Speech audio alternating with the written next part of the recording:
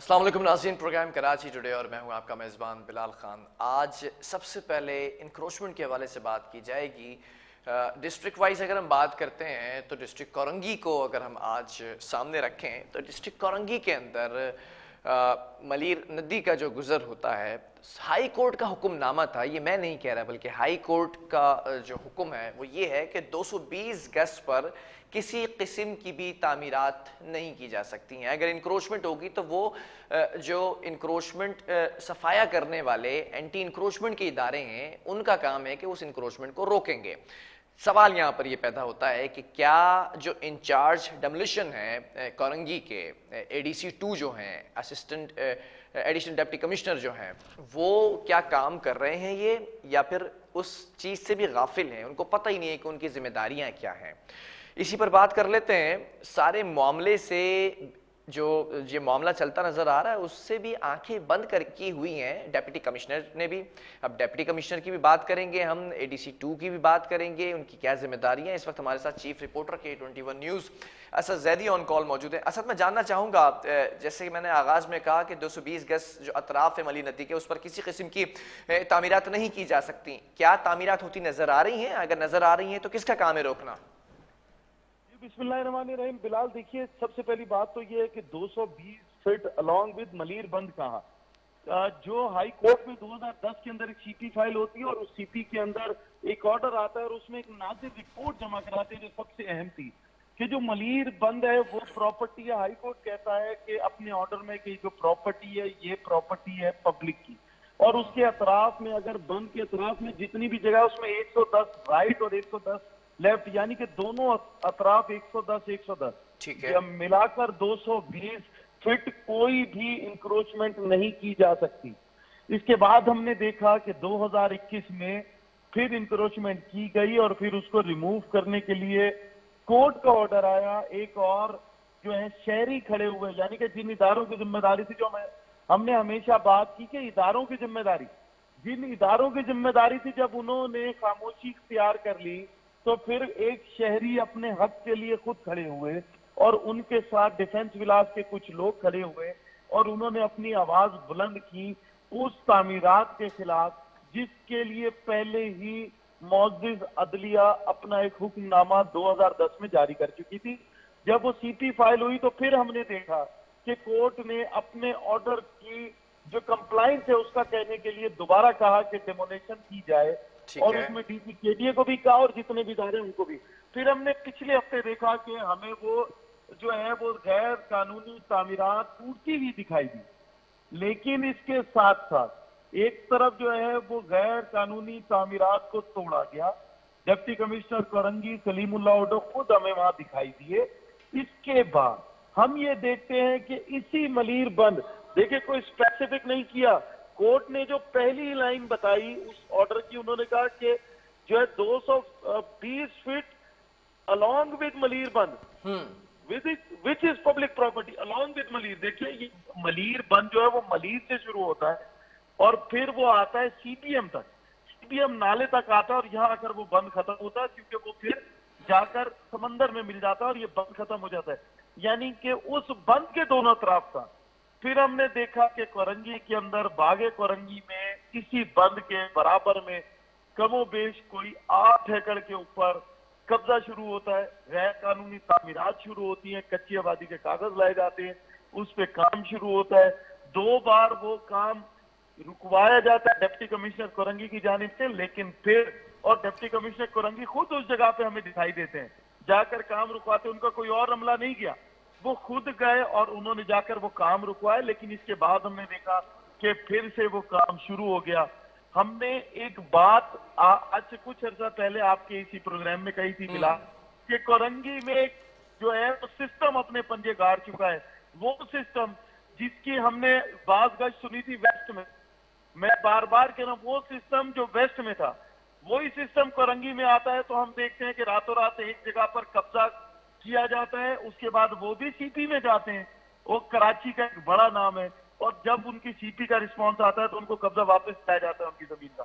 फिर इसी तरीके से हमने देखा कि कोरंगी के मरकजी नाले को बंद करने के लिए वो सिस्टम मुतहरिक दिखाई देता है और फिर जब अवाम का जमे गदीर जाता है और फिर जाकर उनको रोकता है, तो फिर इंतजामिया और साजिदा काजी जो एडमिनिस्ट्रेटर कोरंगी हैं और म्युनिसिपल कमिश्नर, वो फिर हमें इसमें अपना किरदार अदा करते दिखाई देते हैं, जबकि इसके पास और लोग नहीं थे। इस सिस्टम की क्यों ना यहाँ पर बात गश्त हो, वो मुख्तार कार जिनके बारे में वेस्ट में कहा गया, इब्राहिम जुनेजो, कि उनकी मौजूदगी में रिकॉर्ड जल गया था 300 एकड़ का, जिस पे पहले भी हम बात कर चुके हैं। वेस्ट के 300 एकड़ का कीमती रिकॉर्ड जल गया था और फिर वो एक इंक्वायरी हुई और उसमें कहा गया कि हाँ जी ये अमले की गफलत इसमें है। वही कोरंगी में आ चुके हैं वहां पे। अब जब यहाँ पर कोई आप बात करते हैं डेमोलेशन की, तो ये जाते हैं डीएमसी की अलॉट की गई नर्सरियां, जिनकी बाकायदा डीएमसी से परमिशन होकर चालान जमा होता है बैंक में हर महीने, उनको जाते हैं और आनन फानन जमीन बोझ कर देते हैं। और उसके बराबर में मौजूद है कोरंगी 2.5 नंबर की, मैं आपसे बात कर रहा हूँ 4 रोज पहले की। यही सिस्टम के लोग अपना गुस्सा लोगों की, गरीबों की अमलाक पे उतारते हैं, उन गरीबों की रोजी रोटी पे उतारते हैं। डीएमसी की तरफ से दी गई जो नर्सरी है उसको डिमोलिश करते हैं, और हैरत अंगेज तौर पे बिलाल, उसके बिल्कुल बराबर में मौजूद रेती बजरी के जो पहाड़ हैं उनको नहीं छेड़ा जाता, जो कि सरकारी जमीन पे ऑलरेडी कब्जा इंक्रोचमेंट है। फिर हम देखते हैं कि कोरंगी में ये मलीर नदी बंद के बराबर में मुअज़्ज़िज़ अदलिया के ऑर्डर के बावजूद वहां पर फिर तामीरात शुरू होती हैं, जिसको लगता है कि फिर सिस्टम ने कोई जो है आवाज दे दी है, जिसकी वजह से अब ना तो जो डेमोलेशन के इंचार्ज कोरंगी के एडीसी 2 नवाज कलवर हमें उस पर कोई कार्रवाई करते दिखाई देते हैं, ना ही डिप्टी कमिश्नर नहीं तो सवाल ये पैदा होता है असद, अगर इंचार्ज डेमोलिशन की बात कर ली जाए जो कि आईडीसी 2 है नवाज कलवर, तो इनका मौक़िफ़ लेने की कोशिश की, क्या ये तमाम सूरत हाल से गाफिल है, इनको नहीं पता कि क्या हो रहा है और सुप्रीम हाई कोर्ट के ऑर्डर्स क्या है? जी देखिए, आज भी जब हमारे नुमाइंदे वहां पहुंचे उनसे बात करने के लिए, तो उन्होंने हमारे नुमाइंदे को जवाब देने के बजाय राय फरार इख्तियार किया और वो अपनी गाड़ी में बैठकर चले गए डिप्टी कमिश्नर ऑफिस से। और जब डिप्टी कमिश्नर कोरंगी से बात हुई तो उनका कहना ये था कि मैं हरगिज जो है वो इल्लीगल कंस्ट्रक्शन नहीं होने दूंगा। लेकिन देखिए, हमें कहीं ना कहीं कोरंगी डिस्ट्रिक्ट में डिप्टी कमिश्नर कोरंगी बेबस दिखाई देते हैं। एक तरफ नहीं तो किसके आगे बेबस दिखाई देते हैं? एक डेप्यूटी कमिश्नर एक एडीसी 2 के आगे बेबस दिखाई देता है क्या? ठीक लगता ये है कि ये जो सिस्टम है इसकी जो रस्सियां हैं वो मौजूद है, उसकी जो पकड़ है वो एडीसी 2 के पास है, क्योंकि जब उनको इंचार्ज किसी चीज का फिलहाल बना दिया गया तो ये उनका काम है कि वो जाकर रुकवाएं इंक्रोचमेंट को। अगर कहीं पे कोई गलत काम कर रहा है तो उनको जाना चाहिए, ये ना के बार बार आला अदलिया उनको उनका काम बताए कि जी आपका काम है कि कब्जे रोके जाए, आपका काम है कि आपकी मौजूदगी में जो कब्जा हो गया, इनकी मौजूदगी में जो कब्जे हो गए वो आला अदलिया के कहने पर तोड़े जाए। अगर इसी तरीके से ये चलता रहा तो वो वक्त दूर नहीं। और फिर आप हैरत अंगेज तौर पे देखिए बिलाल, 2018 की एक रिपोर्ट जमा होती है और मुख्तार कार जमा कराते हैं असिस्टेंट कमिश्नर लांडी को, और ये लांडी सब डिवीजन है, और इस सब डिवीजन में जमा कराते हैं। और फिर उसके बाद 2019 की जनवरी में दूसरी रिपोर्ट असिस्टेंट कमिश्नर जमा कराते हैं डीसी ऑफिस में कि जी कोरंगी के अंदर जो है वो मुख्तलिफ जगहों के हमने सर्वे किए और उसमें कब्रिस्तान के लिए हमें जगह चाहिए थी, तो सबसे सूटेबल जगह जो 2019 में बताई गई वो ही जगह है जहां अब इंक्रोचमेंट हो रही है। और उसके लिए बाकायदा लेटर लिखा गया कि जी ना इस पर कोई लिटिगेशन है, ना ये किसी के खातों में है, ये जगह कोरंगी में कब्रिस्तान के लिए सबसे मौजूद जगह है। अच्छा, तो ये कब्रिस्तान के लिए जो जमीन मुख्तस करने की बात की जा रही है, यहाँ पर गैर कानूनी तामीरात कैसे पॉसिबल है? मैं आपसे कह रहा हूं ना बिलाल, देखिए ये लेटर मौजूद है 2019 के और 18 के।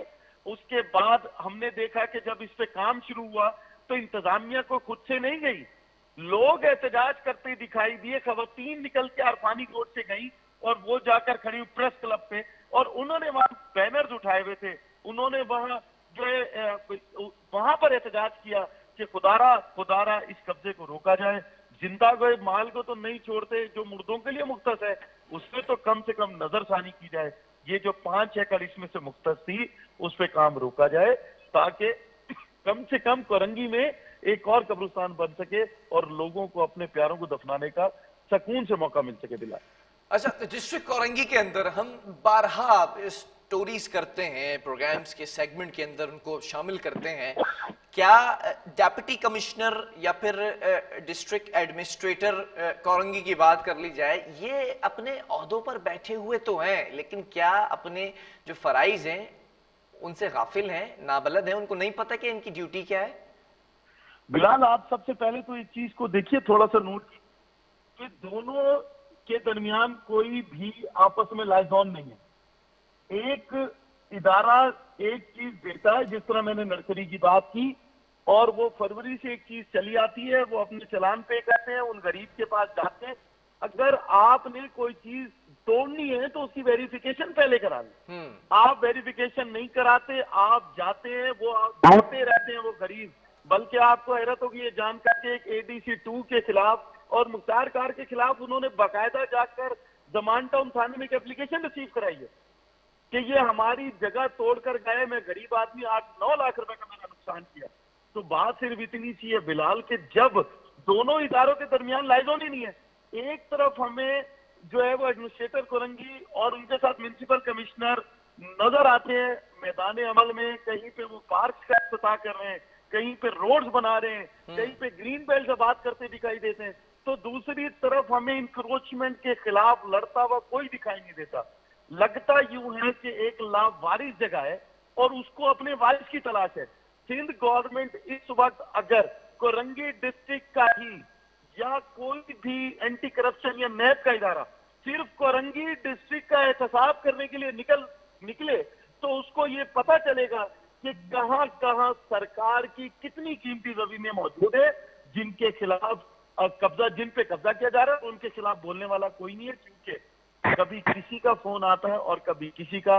इसलिए कहा जाता है कि सिस्टम कराची में इतना मजबूत है कि नहीं, तो मैं यहाँ सवाल करना चाहूंगा ना नाम लेकर, ये जो ADC 2 है नवाज कलवड़, ये इनके पास ऐसी कौन सी गिरर सिंगी है कि ये तमाम काम हो भी रहे हैं, इनकी नाक के नीचे बैठकर, और ये कोई एक्शन नहीं कर पा रहे हैं, कोई कार्रवाई नहीं कर पा रहे हैं?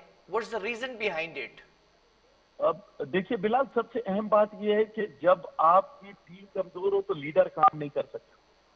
अब मैंने आपको बताया कि जहां पे भी इंक्रोचमेंट हो रही है उसके लिए बाकायदा तौर पर डिप्टी कमिश्नर कोरंगी को खुद जाना पड़ता है। इसका मतलब यह है कि आपने एक शख्स को जिम्मेदारी दे दी, अब इसको ये समझ लें कि वो सिस्टम के से खौफजदा होकर कोई काम नहीं करना चाहते।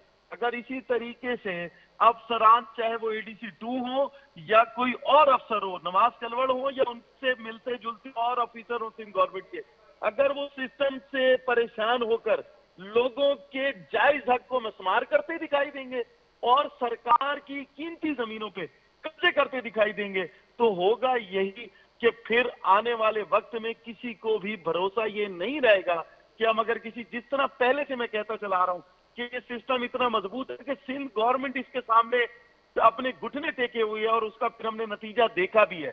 पिछले उस अदवार में जो अब FIR काटी गई, उसमें डिप्टी कमिश्नर थे जिनके FIA ने जिनके खिलाफ FIR काटी और फिर FIA उसकी तहकीकात कर रही है और उनको तलाशा गया। इसी तरीके से आने वाले वक्त में ये ना हो कि कोरंगी डिस्ट्रिक्ट के में भी लोगों का एहतसाब हो रहा और फिर इदारे यहां पर हमें सरकारी अफसरान को गिरफ्तार करते दिखाई दे रहे हो, क्योंकि जो कुछ हो रहा है उसकी लाजमी जांच पड़ताल होनी चाहिए, इससे पहले कि वक्त गुजर जाए और लोग छोड़कर दूसरी जगहों पे चले जाएं और फिर उनको बुलाकर पूछना पड़े कि ये हो क्या रहा है। ठीक है, बहुत शुक्रिया।